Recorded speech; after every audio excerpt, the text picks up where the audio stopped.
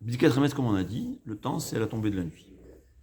Et qui disent qu'on peut en commencer un peu avant, mais bon, la tombée de la nuit. Les Chachamim, ils ont craint, dans tout pays, il faut prendre des précautions de ne pas oublier. C'est la raison pour laquelle, même une demi-heure avant la Bdikat Hametz, on n'a pas le droit ni de travailler, ni d'étudier. Sauf si on étudie à la synagogue, parce qu'il ne va pas rester à la synagogue toute sa vie. Ouais, donc c'est sûr qu'il va revenir. C'est-à-dire, on a peur que s'il se met à étudier, il va s'oublier. Il va oublier le petit 4 Il va voir une série ou un film. Hein, parce que là, c'est vraiment, il y a véritablement un risque. Pas seulement d'oubli, mais un risque de. Ouais. S'il a commencé avant la demi-heure, il peut continuer. Parce que Rahamim, ils ont dit, tu as déjà commencé, on peut dire t'arrêter la demi-heure avant. Tu t'arrêtes au moment de la Bédika. Manger avant la Bédika. Alors, un grand repas, même déjà une demi-heure avant, ça sauve. Je m'excuse, on verra. Du pain, ça sauve. Ouais, parce que quand il mange du pain, il s'assoit. Manger grignoter ce qu'on parle. Ou du pain, je m'excuse, jusqu'à le volume d'un œuf. Donc je prends une bouchée, pas plus. Ouais. Plus de là, tu risques de t'oublier. Le reste, il peut en manger, même plus qu'une bouchée, mais pas un repas. J'ai fait un repas sans pain. Non, ça c'est ou même une demi-heure avant le petit travail, parce qu'il risque de s'oublier. De même, quelqu'un qui a oublié de faire l'abdika la nuit et de faire l'abdika la journée, tant qu'il n'a pas fait l'abdika, il n'a ni le droit de travailler, ni le droit d'étudier, ni le droit de faire quelque chose qui risque de le faire oublier, ni manger. La première des choses, dès qu'il se rappelle, la première des choses, c'est l'abdika tramel. C'est pour ça qu'on a dit quelqu'un qui arrive à l'hôtel, ouais, c'est après le moment de l'abdika tramel, avant même de défaire les valises, il est obligé de faire l'abdika tramel. Pour la tfila, alors là, s'il a le minyan chez soi à la maison, il peut faire dans le minyan. Ouais. Parce que si tu vas lui dire d'abord un petit 4 mètres, après Arvit, les gens ne vont pas revenir. On est déjà à la synagogue, on fait Arvit. S'il est chez soi à la maison, là, il y a une discussion. Dans le cas de risque d'oubli de Arvit, c'est sûr qu'il faut d'abord faire Arvit, pour ne pas qu'il oublie Arvit. Mais dans le cas où il n'y a pas de risque, machloket. Est-ce qu'on peut faire après? Parce que le petit 4 mètres, c'est là, il faut commencer à temps. Ou bien t'adir vesheno, t'adir kodem, une mitzvah qui est fréquente, on la devance à une mitzvah qui n'est pas fréquente. Personne n'a tranché. Dans ces cas-là, je dis fais ce qui est plus facile pour toi. Ouais. Non, s'il y a un risque d'oubli de vite, c'est sûr qu'il faut d'abord faire vite. Si je n'ai pas de risque d'oubli de vite, fais ce qui est plus facile, parce que les nouvelles développement personne n'a pu trancher comment faire.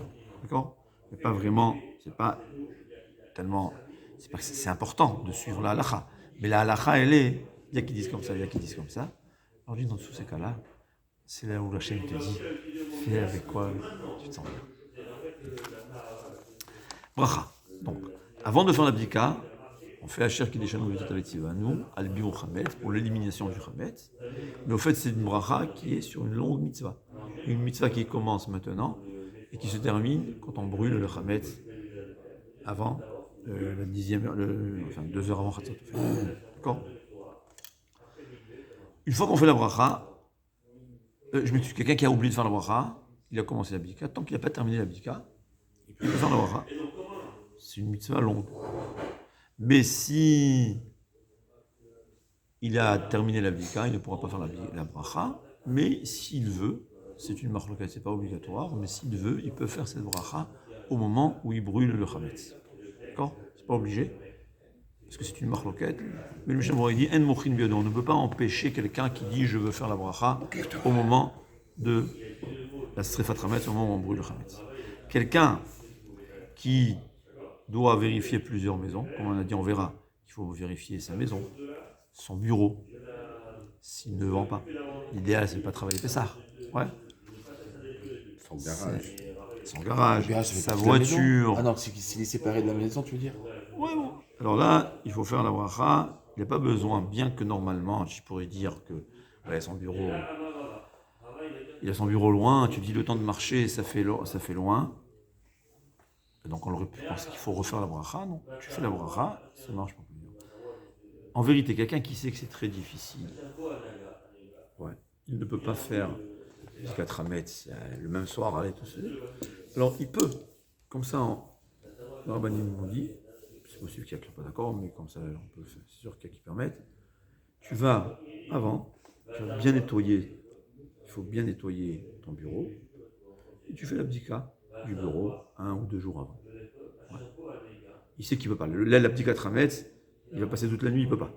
Qu'est-ce qu'il fait? Avant du 4 Trametz, il va faire l'abdika de son bureau. Si c'est un soir, c'est encore mieux. C'est mieux le soir. Ouais. Donc ce sera un jour avant. Il fera le nettoyage et l'abdika de son bureau. Donc il sait qu'il a fait l'abdika. Et après, il viendra à la maison, il fera la maison. Évidemment que l'idéal, c'est toujours de faire le soir même, comme la halakha le dit. Comme la halakha le dit, en plus je fais la bracha, j'ai rajouté la bracha. Mais s'il ne peut pas, il vaut mieux faire ce qui a été fait. La même chose, en vérité, par exemple, quelqu'un m'a demandé, il a sa maison de campagne.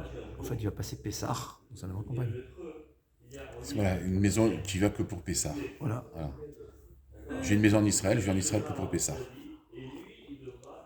Tu peux jurer que tu as prêté à personne? Alors, toute l'année, elle est fermée, j'y vais que pour Pessah. Si tu peux être sûr et certain que ça a été fermé, oui. Mais en général, la Gemara a dit, non, mais dis pas. Je sais qu'il n'y a pas de tramès, parce que personne ne fait attention. Quelque chose que je ne prête pas d'attention, je peux le faire sans m'apercevoir, et je suis certain que je n'ai pas fait. On a dit, elle ne peut pas dire ça. Mais si vraiment tu sais que c'est fermé, tu te rappelles que tu as prêté à personne, mais tu es sûr que tu as prêté à personne. Ouais, tu dis, on se rappelle de ça. Mais comment tu fais? Tu as une maison de campagne, tu vas faire pour la maison de Pessah. Elle est partie une semaine avant. Elle a nettoyé toute la maison. Alors quand on nettoie, il y a qui disent qu'on n'a pas besoin de revérifier. L'idéal, c'est après le nettoyage, j'appelle ça double check. C'est pas moins grave que les avions, qu'on fait toujours double check, non? Chametz à Pessah, c'est aussi grave. Je dis pas, bon, tuer la vie, c'est pour une mitzvah. Mais c'est aussi grave que perdre un avion sans vie. Ouais. Je ne peux pas dire que c'est aussi grave que lui.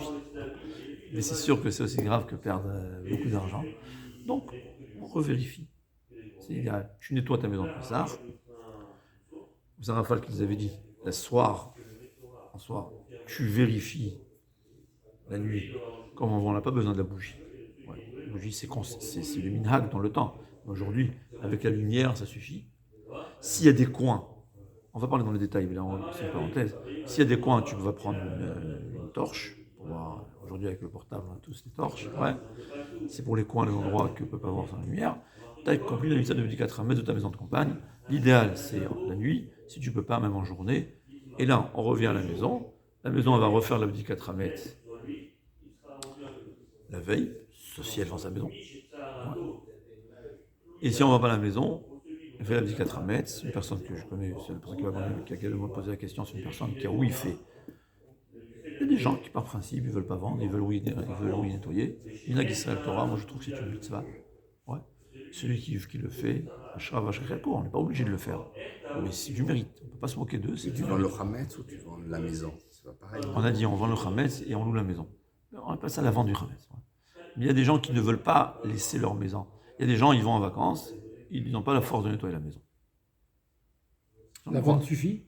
Bien sûr, largement. Ouais. Mais je dis, les personnes que je connais, ils veulent faire la mitzvah.